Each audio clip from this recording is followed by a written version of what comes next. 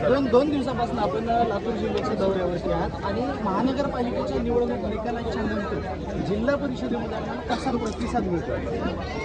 2 दिवस हा लातूरचा दौरा चालू आहे. लातूरमध्ये खूप चांगला प्रतिसाद मिळतो. लोकांचा कल हा मोठ्या प्रमाणात वंचित बहुजन आघाडीकडे आलेला आहे आणि भाजपला कंटाळून थकून आज लोक वेगळा पर्याय शोधत आहेत आणि लोकांना वंचित बहुजन आघाडी हाच पर्याय दिसतो भाजपला हरवण्याचा. तर लातूर महानगरपालिकेच्या निवडणुकांमध्ये काँग्रेससोबत आपली युती होती आणि आता जिल्हा परिषदेमध्ये झाली नाही, काय कारण? ते युती करणं न करणं हे काँग्रेसच्या स्थानिक नेत्यांवरती आणि वंचित बहुजन आघाडीच्या स्थानिक नेत्यांवरती होतं आणि ह्याबद्दल तेच लोक जास्त चांगलं सांगू शकतात. बरं, आता नुकतंच राष्ट्रवादीच्या राष्ट्रीय अध्यक्षांचं अजित पवारांचं निधन झालं आणि त्यांच्या निधनाचा या स्थानिक स्वराज्य संस्थांच्या निवडणुकांवरती कशा पद्धतीचा प्रभाव दिसतो?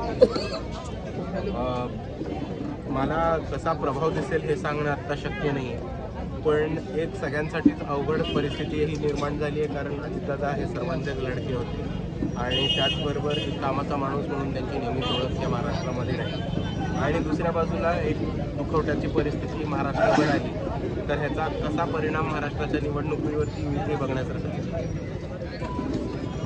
लातूर महानगरपालिकेच्या निवडणुकीमध्ये आपला वंचित बहुजन आघाडीचा स्ट्राईक रेट 80% राहिलेला, जिल्हा परिषदेमध्ये किती टक्क्यांवरती? नाही, लातूर महानगरपालिकेच्या याचा स्ट्राईक रेट हा 80% होता आणि तो 80% नेण्याचा जिल्हा परिषदेला आम्ही पूर्णपणे प्रयत्न करू, पण तो 60-70च्या वर तरी नक्की राहील. दादा, वंचित बहुजन आघाडीच्या वतीनं आपण वंचित बहुजन आघाडीचे कार्यकर्त्यांना जिल्हा परिषदेमध्ये काय संदेश देणार आहोत?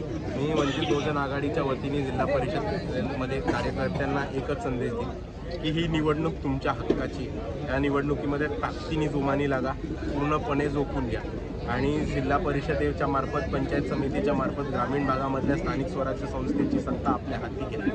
प्रत्येक ठिकाणी नेते मंडळी किंवा पक्षाचे पदाधिकारी पोहोचतीलच असं नाही, कारण जिल्हा परिषदेला खूप मायक्रो मॅनेजमेंट करून, प्लॅनिंग करून सर्कलचे दौरे करायचे, पण जिथे कोणी पोचणार नाही तिथे वंचितचा कार्यकर्ता मीच माझ्या सर्कलचा, मीच माझ्या गावाचा बाळासाहेब आंबेडकर या भूमिकेत या आणि प्रचाराला लागला. लातूर जिल्ह्यामधील युतीबाबत जो गैरसमज मतदारांमध्ये पसरवण्यात आलेला आहे त्या बाबतीत आपण काय सांगणार? माझ्या मते कोणताही गैरसमज आलेला नाही आहे. हा गैरसमज जाणीवपूर्वक मीडियाने पेरलेला आहे.